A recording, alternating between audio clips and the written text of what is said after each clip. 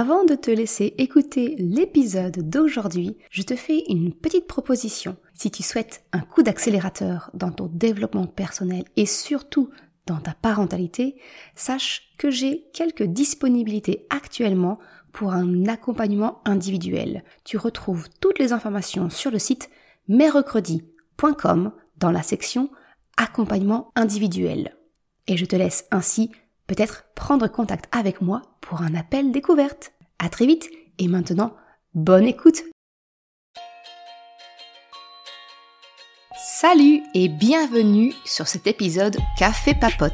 Un épisode enregistré lors d'un de mes lives sur Instagram sur le compte Merrecredi, diffusé sur le podcast S'élever en même temps que son enfant. Je suis Maude, coach certifié chez Mercredi, mais surtout maman de 3 enfants. Ici, je t'aide à conjuguer la parentalité bienveillante avec la réalité de ton quotidien de maman. T'aider à changer de regard sur les situations que tu vis avec ton enfant pour t'en servir, pour grandir et apprendre sur toi. Salut, alors on est parti pour un nouvel épisode live sur Instagram qui est transformé en Café Papote sur le podcast S'élever en même temps que son enfant.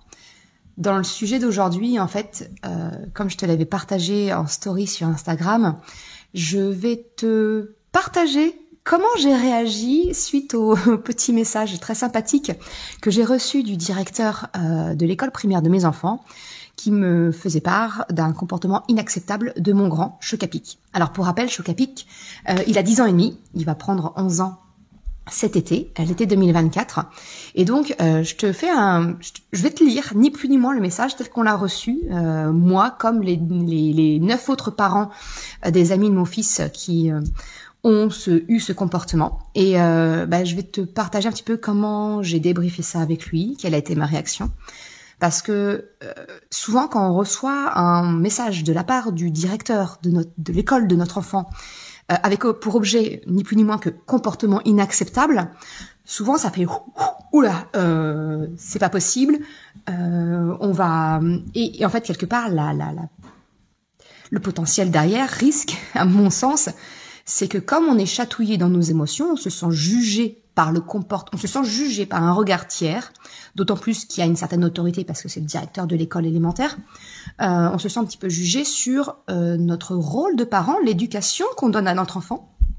Et a fortiori, si tu fais un choix d'une parentalité qui n'est pas encore la norme, comme moi, où j'élève mes enfants dans l'éducation qui me semble être la normalité, mais qui ne l'est pas pour tout le monde, c'est-à-dire le respect, de la bienveillance, de l'empathie et tout ce que tu veux bien. Et d'ailleurs, ça me fait penser, ça vient un petit peu venir en résonance avec un épisode que j'ai fait sur le podcast. Je te mettrai le lien en description parce que je connais plus tous les numéros de mes épisodes de podcast, mais où je traite un petit peu cette croyance qu'on entend souvent de la part des personnes qui sont dans les écoles et qui ne sont pas tout à fait au fait de ce qu'est réellement la parentalité bienveillante, qui confond un peu avec le laxisme, comme quoi les enfants élevés dans la bienveillance respecteraient moins les règles. Ça, j'en ai un petit peu parlé. Bref, ce petit mail que j'ai reçu, je te le lis. Comportement inacceptable, donc c'est l'objet du mail. Chers parents de CM2 de la classe de Madame. Si vous avez reçu ce message, c'est que votre enfant a participé à un stupide concours à la cantine. Boire le plus d'eau possible. À 10 garçons, ils ont bu 29 pichets d'eau en moins de 20 minutes. Alors, effectivement, ça fait beaucoup. Certes, cela s'est passé sur le temps de la cantine, mais vous devinerez l'incidence sur le temps de classe cet après-midi. Effectivement, on peut bien imaginer ce que ça veut dire derrière. Je compte sur vous, parents, pour très sérieusement expliquer les dangers d'un excès d'eau, reprendre avec votre enfant la stupidité à laquelle peut conduire un phénomène de groupe. Un des élèves concernés est chargé d'exposer les dangers d'un tel comportement jeudi matin. Mais où va-t-on face à de tels comportements dignes d'un cap ou pas cap ? Alors effectivement, je l'ai pas vu tout de suite ce message-là, moi c'est mon mari qui l'a vu en premier et qui m'a dit Maud, t'as vu un petit peu le message du directeur, on va sérieusement en parler à Chocapic ce soir. Oui, effectivement. Alors tu vois, quand moi j'ai reçu ce message, déjà d'une, j'ai envie de te dire, j'ai suffisamment gagné en confiance sur moi-même, sur mon choix d'éducation pour ne pas me sentir challengée, ne pas me sentir jugée à travers le comportement que peut avoir mon enfant. C'est pas parce que mon fils a décidé de faire un truc complètement stupide, on soit bien d'accord, 29 pichets d'eau à 10 garçons en 20 minutes,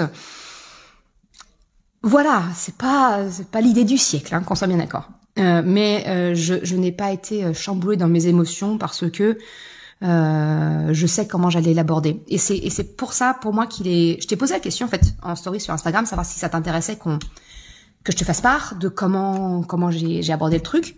Parce que je me dis que la majorité des parents peuvent peut-être se sentir touchés et du coup être très durs avec leur enfant. Et finalement, je considère que ça, quand on est très dur, si on cherche à punir ou autre, on passe à côté du message réel et surtout qui est réellement important dans ce cas de figure. Donc déjà, je vais pas revenir sur les mots utilisés par le directeur. C'est pas la première fois que Chocapic déjà est dans le collimateur du directeur, où il emploie des mots dans lesquels je ne suis pas d'accord. Clairement, dire que les enfants, un stupide concours, voilà, que de tels comportements sont dignes d'un cap ou pas cap, mais où va-t-on, que un élève va être chargé d'exposer les dangers d'un excès d'eau aux autres. J'ai envie de dire, mais pourquoi un élève alors qu'ils étaient 10 ? Tu vois, mon approche était de me dire, je suis pas pour les punitions, tu le sais. Parce que les punitions, c'est stupide, ça n'apprend rien. Par contre, d'apprendre d'un comportement qu'on lui fait prendre conscience qui n'est pas le meilleur, il a tout à... Enfin, tu vois, c'est beaucoup plus constructif pour les enfants de comprendre. Pour moi, il aurait été hyper intéressant, justement, c'était peut-être de se dire, les 10 là, vous savez quoi ? C'était pas une excellente idée. Du coup, vous avez fait des allers-retours aux toilettes toute l'après-midi. Ça a perturbé le fonctionnement de classe. Donc, c'est un manque de respect vis-à-vis de votre professeur qui organise sa classe du mieux possible. Donc, leur faire prendre conscience du manque de respect potentiel. Et donc, de leur apprendre à réfléchir. On agit là à boire, à faire...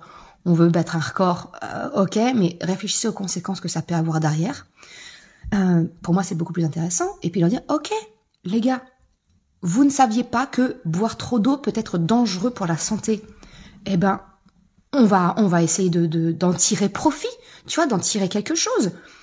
Que un des enfants, enfin, qui a un exposé de fait suite à ça, sur le principe, je suis tout à fait d'accord. Parce que, tu le sais, pour moi, une bêtise, une erreur, peu importe, tu vois, le truc, le plus important pour moi, c'est que les enfants soient capable de comprendre derrière pourquoi c'était une erreur, pourquoi c'était une bêtise. De comprendre le pourquoi, c'est beaucoup plus utile pour pouvoir corriger derrière et espérer qu'ils ne retombent pas dans les mêmes travers. Alors pas spécialement de reboire de l'eau, parce que ça, ils vont peut-être l'avoir compris si tu veux, mais pas de se laisser entraîner dans un phénomène de groupe. Parce qu'en fait, c'est ça que veut dire le directeur, c'est qu'il y a ces deux problèmes-là. Un, c'est dangereux pour la santé de boire trop d'eau. Et deux, mais effectivement, c'est dangereux de se laisser embarquer dans un phénomène de groupe en abandonnant complètement son libre arbitre, son questionnement, sa jugeote, j'ai envie de dire quelque part, tu vois. Donc ce sont ces deux choses-là qui sont importantes. Mais c'est pas en les punissant qu'ils vont retenir ça. Ils vont juste apprendre à contourner pour pas se faire choper, si tu veux. C'est juste ça qu'on apprend aux enfants quand on les punit derrière. Donc quand Chocapic est rentré le soir, comme d'habitude, je lui ai posé la question, et c'est un autre épisode de podcast où je t'en parle, mais je lui ai posé la question, est-ce qu'il y a des émotions dans le placard ? Et je demande ça à chacun de mes enfants, à chaque fois qu'on rentre dans la voiture, je demande, est-ce qu'il y a des émotions dans le placard ? En gros, si tu ne connais pas encore ce principe-là, encore une fois, ça sera en description, c'est de se dire que nos enfants peuvent vivre au cours de la journée des émotions fortes qu'ils vont réprimer parce qu'ils sont dans le cadre de l'école, qu'ils savent qu'ils vont pas spécialement être accueillis, donc ils vont garder. Et finalement, ça a un effet un peu cocotte minute qui va se libérer le soir sans qu'on sache pourquoi ça arrive, qu'est-ce qui se passe. Donc finalement, c'est au lieu de poser la question comment c'était ta journée, oui, je pose cette question-là, mais j'enchaîne aussitôt en disant est-ce qu'il y a des petites émotions dans le placard ? Est-ce que tu veux en parler ? Oui, non. Maintenant, oui, non. Quand on est tout seul à la maison, oui, non. Voilà, tu vois, je laisse le champ. Et Chocapic me dit non, tout va bien, maman. Ah bon ? Alors là, je lui dis, écoute, c'est bizarre parce que papa et moi, on a reçu un mail de ton directeur. Ah, vous avez eu un message ? Oui, j'ai dit, oui, on a reçu un message, on sait ce qui s'est passé. Ah bon, oui, mais bon, et tout de suite, il s'est mis sur la défensive. En fait, il s'est mis sur la défensive parce que justement, l'approche des enseignants à ce moment-là a été répressive. Quand on te pointe du doigt quelque chose dans lequel tu te rends compte que tu n'as pas à être fier, bah là, c'est très humain. On va tous se mettre tout le monde se met sur la défensive. Donc mon fils était sur la défensive. Je veux pas en parler. Hein. Et en fait, j'ai ouvert la porte en disant, mais moi je suis pas d'accord avec la façon dont s'est exprimé le directeur dans le mail. Moi j'aimerais que tu m'expliques un petit peu ce qui s'est passé pour toi. Explique-moi, parce que j'ai sa version et les mots qu'il a employés ne me plaisent pas. Que clairement, qu'il y ait un enfant qui soit demandé de faire un exposé devant tout le monde, devant toute la classe, ça me chiffonne. Est-ce que c'est toi? Donc il m'a répondu non, c'est pas moi. C'est un de ses amis dont les parents sont médecins. Alors je pense que le directeur s'est déchargé de ça en fait sur cet enfant parce que les parents sont dans le domaine médical et peut-être à même de pouvoir lui fournir les éléments de comprendre quels sont les dangers d'un excès d'eau. Alors je te la fais très très courte. En gros, les reins ne sont pas capables de traiter une aussi grande quantité d'eau en si peu de temps. Donc les reins vont prendre ce qu'ils vont pouvoir et le surplus de l'eau va rester dans le sang, ce qui va diluer finalement le sang. Donc l'eau va diluer le sang et certaines cellules, notamment dans le cerveau, sont plus perméables à l'eau. Le risque, c'est donc que ces cellules gonflent par la présence d'eau et dans le pire des cas, ça mène au coma. Voilà. Je te la fais mais vraiment hyper courte. Hein. Si t'es du domaine du médical, tu excuseras, mais à peu près. Mais voilà, en gros, le risque, il est là. Et donc, je lui ai fait part de, voilà, je lui ai dit, ok, voilà ce qui nous a été présenté à nous, explique-moi. Et donc là, mon fils m'a expliqué qu'effectivement, quelques enfants ont commencé à vouloir battre un record, de boire le plus d'eau possible. Et que, voyant ça, mon fils, c'était des copains à lui, ah ouais, on y va ensemble. Et il a participé comme ça. Et ce qu'il m'a dit, il me dit, mais maman, c'était de l'eau. Pour moi, ça portait pas... Je ne savais pas que l'eau pouvait être toxique. Je ne savais pas que ça pouvait générer un problème. Et je lui dis, ok, alors là, je te fais un aparté. Dans ma formation, avant cette vie de coach parental, à la base, j'ai une formation scientifique. Je suis ingénieure en sécurité alimentaire et je suis toxicologue. Donc, effectivement, j'ai ressorti ma petite casquette de toxicologue. J'ai écoute, n'importe quel produit, n'importe quel composé au monde, aussi naturel soit-il, est toxique à une certaine dose. Tout est une question de dose. Donc, même l'eau, effectivement, a un potentiel dangereux, a un potentiel toxique, passer une certaine concentration. Donc déjà, tu vois, plutôt que de dire « Ah, c'est mal ce que vous avez fait, machin, tout ça », mais de donner les éléments factuels pour comprendre et de faire prendre conscience, ça m'a donné l'occasion finalement d'expliquer à mon fils que même si ça te paraît tout à fait anodin parce que ce n'est que de l'eau, même les choses les plus anodines peuvent être dangereuses. Je lui ai expliqué que finalement, cet effet de groupe, ce que son directeur a voulu signifier, c'est que aujourd'hui c'est avec de l'eau, mais mettons les mots exacts sur les choses. La peur qu'il y a derrière, c'est de se dire demain ça va être avec quoi? Avec l'alcool, avec la cigarette, avec les drogues, avec les comportements à risque. Tu vois, ça peut effectivement. Nous, on projette très très loin. Nos enfants ne le voient pas.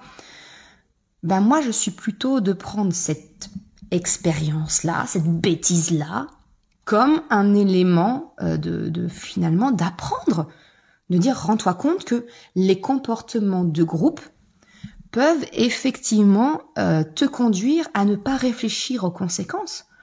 Donc tu ne savais pas que l'eau avait un potentiel toxique. Ok, très bien, maintenant tu sais que de quoi qu'on parle, finalement, c'est pas très français, m'excuseras.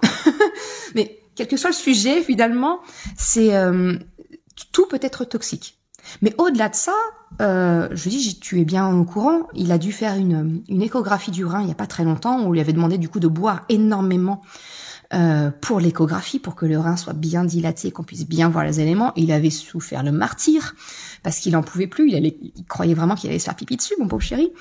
J'ai dit, mais tu sais très bien ce que ça fait, tu sais très bien que derrière, t'as été au moins 2 ou 3 fois aux toilettes, une fois que l'examen était passé. Je dis là, t'as été combien de fois aux toilettes? Il me dit 2 fois pendant la récréation, puis effectivement en classe, j'y suis retournée 1 fois de plus. J'ai dit oui, tu comprends bien que maîtresse, elle a pas à subir ça, et que Mais c'était obligé, que t'avais beau y aller 2 fois dans la cour de récréation juste après. C'est trop court finalement pour que les reins puissent travailler à évacuer toute cette eau. Ça allait revenir. J'ai dit, tu vois, c'est ça le problème aussi de l'effet de groupe, c'est que ça te prive, ça t'a privé en tout cas là, à ce moment-là, de réfléchir aux conséquences derrière et ben du non-respect de ta maîtresse pour son organisation de l'après-midi de faire classe avec vous. Parce que si tout le monde s'arrête toutes les 2 minutes pour aller aux toilettes, tu comprends bien qu'elle peut pas faire sa classe. Et ça, il me dit oui, effectivement, c'est vrai que le cours a été bien coupé et que la maîtresse, elle était pas contente. Non, effectivement, je la comprends. J'ai dit, tu comprends le problème? Il me dit oui, je comprends bien, maman. Donc, si tu veux, effectivement, je n'ai pas disputé. Je n'ai pas disputé mon fils. J'ai décortiqué point après point avec lui. Et puis, je suis revenue sur cette notion que le directeur avait mis en avant sur le fait qu'il y en avait un qui allait présenter devant toute la classe et devant lui-même les conséquences de trop boire d'eau sur la santé, en quoi c'était néfaste. Et je lui ai dit, mon fils est comme moi, les chiens font pas des chats, très sensible à la blessure d'injustice. C'est quelque chose qui le fait dégoupiller très rapidement. Donc quand on a une blessure d'injustice, forcément on est très sensible à la justice. Et là, j'ai appuyé dessus. Je fais, écoute, tu trouves ça juste, toi, que ton copain soit le seul à devoir faire l'exposé au moment où il va présenter, il va être seul devant toute la classe pour présenter les effets liés à cette blessure avec le directeur qui va bien être présent et de lui-même. Mon fils me dit non, c'est pas juste en fait. On est 10 à avoir fait ça, donc on devrait être 10 sur au tableau pour présenter ça. Il devrait pas être tout seul. Je dis je suis d'accord avec toi. Et donc la réaction de mon fils, elle me dit oui mais ils vont pas vouloir. Le directeur, il va pas vouloir, maîtresse non plus. Je dis peut-être. J'ai dit mais écoute, avant, quand le matin, va voir ton copain. Et puis dis-lui que tu trouves pas ça juste qu'il soit seul et que tu proposes. T'as pas préparé. Bien sûr, alors t'as les quelques éléments que moi je lui ai donnés, mais je suis pas docteur, voilà. Donc j'ai dit mais tu peux lui proposer s'il veut, que tu sois à côté de lui, même pour ne rien dire. Et tu peux me demander l'autorisation à maîtresse et au directeur d'être présent toi aussi, de proposer aux autres s'ils le veulent ou non, mais que si tu te sens aligné avec ça, de te poser la question. Maîtresse et le directeur peut-être te diront non, peut-être qu'ils refuseront qu'effectivement tu fasses l'exposé avec ton ami, que tu sois présent, mais au moins tu auras montré ton soutien à ton ami, tu seras aligné avec toi-même parce que tu trouves pas ça juste. Et il a été complètement en phase avec ça. Là, mon fils m'a dit mais oui, bien sûr, je vais en parler aux autres, je vais lui proposer, je vais aller le voir. Donc on est au moment où le live aujourd'hui, nous sommes vendredi, donc c'était hier qu'ils sont retournés à l'école pour faire ce fameux exposé.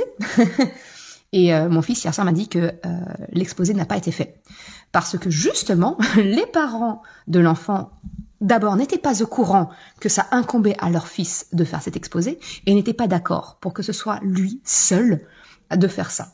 Chose en quoi je les rejoins complètement. Moi je pensais naïvement qu'en fait le directeur les avait contactés pour demander si effectivement leur enfant pouvait présenter les éléments parce que eux ils avaient des données factuelles en étant médecin. Et il se trouve que non. Donc quelque part très bien. C'est dommage parce que je pense que finalement tout le monde aurait été gagnant, en fait. Pas seulement les 10 enfants qui ont fait cette bêtise-là, mais l'ensemble des enfants de la classe auraient été gagnants si on avait dit aux enfants, ces 10 enfants-là qui avaient fait ce jeu pas très malin, des garçons de CM2 et la préadolescence. Bonjour.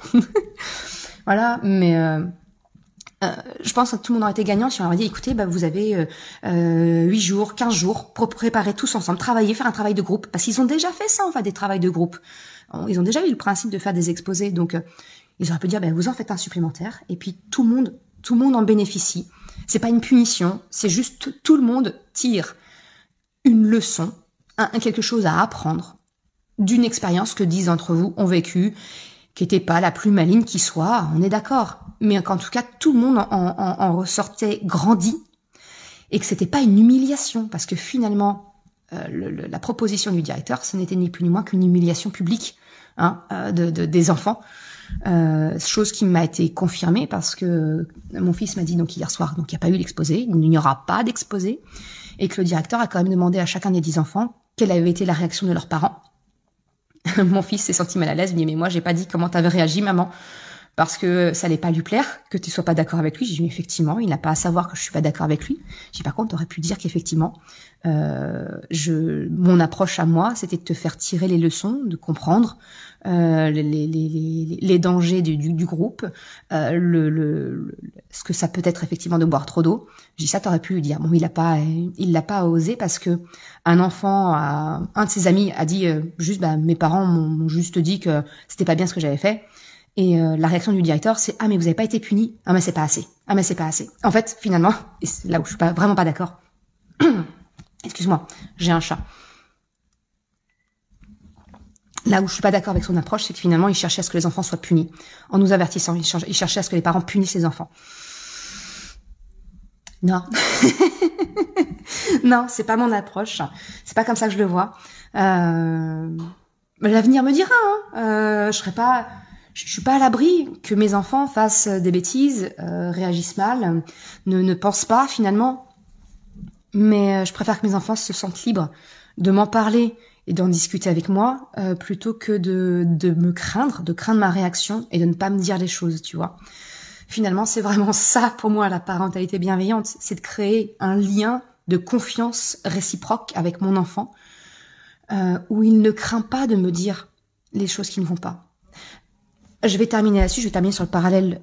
Mon mari, même si il me laisse faire entre guillemets avec nos enfants, n'est pas spécialement dans cette démarche-là, c'est pas son truc, je le force pas. Je dis clairement quand je suis pas d'accord avec sa façon de faire, tu vois.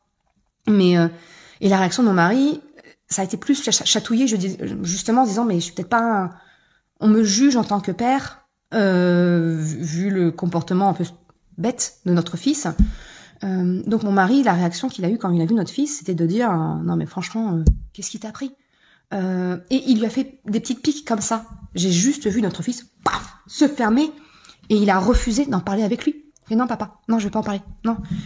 Et il voulait pas m'en parler du tout.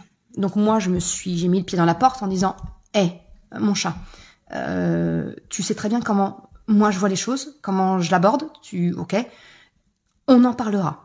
Pas tout de suite, parce que là, tout de suite, tu t'es refermé, pas de problème, mais on va en reparler. Ça, c'était le mardi soir, et on en a reparlé le mercredi. On en a reparlé ensemble. Et il était tout à fait ouvert, tu vois. Donc, voilà, c'était vraiment le partage que je voulais te faire aujourd'hui. Si tu reçois un message ou une remarque, tu vois, que ce soit du directeur de l'école, de la maîtresse, de la nounou, peu importe, tu n'es pas jugé. Ta valeur en tant que personne, en tant que parent, tu n'as pas à te sentir jugé sur les actes, sur les comportements de ton enfant. Ça ne reflète en rien de la personne que tu es. Ça ne reflète en rien de l'éducation que tu as choisie pour ton enfant. Parce qu'en fait, ces gens-là ne voient tes enfants qu'un laps de temps court. Effectivement, on pourrait dire que le directeur ou la maîtresse voient suffisamment mes enfants pour les connaître. Effectivement, ils passent plusieurs heures avec eux. Mais ils ne connaissent pas mes enfants dans la sphère privée, comment ils sont, tu vois. Donc, ils ne le connaissent pas complètement. Ils ont leur vision du truc. Ils ne me connaissent pas, moi. Ils ne savent pas comment, derrière, je vais aborder le sujet avec mon fils. Encore une fois, on arrive sur cette confusion entre le laxisme et la parentalité bienveillante. Non, je n'ai pas été laxiste à laisser passer ce comportement. Alors, il n'est pas inacceptable. Hein. Vraiment, l'objet était, pour moi, il a forcé le trait. Ok, c'est sa vision du truc. Très bien, on n'est pas d'accord. C'est pas grave. Pour autant, j'ai pas envie que mon fils recommence, qu'on soit bien d'accord. Mais je n'ai pas été laxiste. J'ai pas dit, oh, c'est pas grave, laisse tomber. Il était de mauvaise humeur, le directeur, et puis voilà, il a eu un coup de sang. Apparemment, les coups de sang, ça laisse passer les choses. Ça, c'est une pique gratuite pour le gouvernement. Pardon. Non, plus sérieusement, ce n'est pas du laxisme, parce que j'en ai parlé avec lui. Et les 2 points, j'ai vraiment abordé les 2 points avec mon fils. 1, que même les choses qu'il pense les plus innocentes peuvent être dangereuses. Et 2, l'effet de groupe qu'il a privé de réfléchir que, ah ouais, si je bois beaucoup, même si je vais aux toilettes derrière, le temps que ça se mette, bah, ça va déranger la classe. Et c'est un manque de respect pour mon instit qui essaye de mener sa classe. Voilà. Donc non. Non, il y a des alternatives aux punitions. Une conséquence naturelle, pour moi, ça aurait été que ces 10 enfants, on leur dise, écoutez, vous avez fait ça, vous vous rendez compte que c'est pas correct, on vous dit que c'est un manque de respect, que c'est dangereux pour votre santé, que l'effet de groupe est dangereux, vous allez en prendre l'occasion de partager votre expérience avec vos camarades. C'est pas une punition, c'est pas de l'humiliation publique, on en tire une leçon. Tu vois, je rabâche, mais c'est ça. S'il y a qu'une seule chose que j'aimerais que tu retiennes de tout ça, c'est l'humiliation ne sert à rien, si ce n'est fermer nos enfants à nous écouter et à nous livrer les choses. Mais au contraire, dire, c'est quoi la leçon que tu dois en tirer? Non, à 10 ans et demi, mon fils n'était pas capable de tirer tout seul une leçon de ça. C'est à nous, c'est notre rôle à nous, adultes, de lui expliquer ce qu'il doit en retenir. Et ce qu'il doit en retenir, c'est qu'un excès d'eau, c'est dangereux. Un excès d'eau va faire que tout le monde va aller aux toilettes. C'est un manque de respect pour son instinct. Faire parce que tous les copains font, l'effet de groupe, c'est dangereux. Parce que ça te prive de ta réflexion, de réfléchir aux réelles conséquences des choses. C'est ça qu'il y a à retenir, selon moi, de cette expérience. Voilà, j'ai terminé mon petit laïus, mon petit débrief de la situation que j'ai vécue avec Choc à Pic. Alors, tant qu'on est en live sur Instagram, si tu as des questions, j'ai envie de te dire, c'est le moment. Sinon, ce sera avec grand plaisir. Il y aura le replay sur mon compte Instagram, @merrecredi. Et je te répondrai avec grand plaisir. Et sinon, ce sera sur le podcast, s'élever en même temps que son enfant. Et là, encore une fois, ce sera avec grand plaisir que j'aurai tes réactions. Merci beaucoup à toutes celles. Alors, j'ai pas pris le temps parce que voilà, sinon après pour le podcast c'est moins agréable pour celles qui écoutent. Mais j'ai vu que beaucoup de personnes sont passées entre deux et j'ai vu des petits cœurs et des petits 100% qui sont passés. Donc c'est que mon message résonne peut-être en toi. Écoute, tant mieux. Je te souhaite une excellente journée. Je te dis à très bientôt. Ciao! Je te remercie d'avoir écouté cet épisode jusqu'à la fin. Si tu souhaites soutenir le podcast pour m'encourager à continuer à créer des épisodes, tu peux le faire sur le site merrecredi.com/soutien en me faisant un don libre. Une autre façon de m'encourager et qui est vraiment très efficace, c'est d'en parler tout simplement autour de toi, de partager le podcast, le site. Et si le cœur t'en dit, c'est également de me laisser un commentaire ou une note sur Apple Podcast, Spotify, quelle que soit la plateforme, si elle te le permet. Ça m'aide vraiment à faire connaître le podcast, à diffuser ce message qu'une autre façon de la parentalité est possible. Un grand merci à celles et ceux qui prennent le temps de le faire, mais également ceux qui m'envoient des messages privés. Ça me fait toujours très chaud au cœur. Je te souhaite une excellente journée, après-midi, soirée, quel que soit le moment où tu écoutes, et je te dis à très bientôt pour un nouvel épisode. Ciao!